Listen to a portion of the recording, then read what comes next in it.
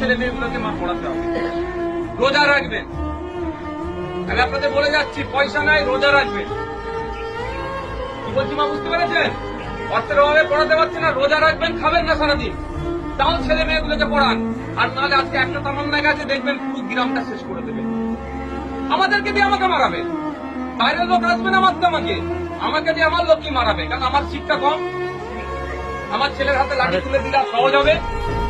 আমার দাদুরা দেখুন না, আপনাদের গ্রামে দেখুন, খারাপ লাগবে, দাদুরা দেখুন কারো নেতার হয়ে লাঠিয়ালগিরি করেছে, এখন বাপেরা লাঠিয়ালগিরি করছে, তারপরে ছেলেগুলোকে আবার দেখুন এরকম বোম বাঁধার বাহিনী বানাবে, তার ছেলেকে বানাবে।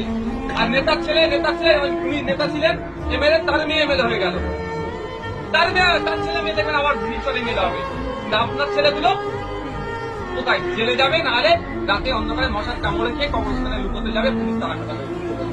এর বাইরে কিছু আর হবে না। তাই অনুরোধ মায়েদের বলছি, রোজা রাখবেন, একবেলা খাবেন না, ছেলে মেয়েগুলোকে পড়ান, তাহলেই সমাজ পরিবর্তন হবে, তাহলেই মাথা তুলে ভাবতে পারবে, নাহলে কুকুর বিড়ালের মতো জীবনযাপন হবে।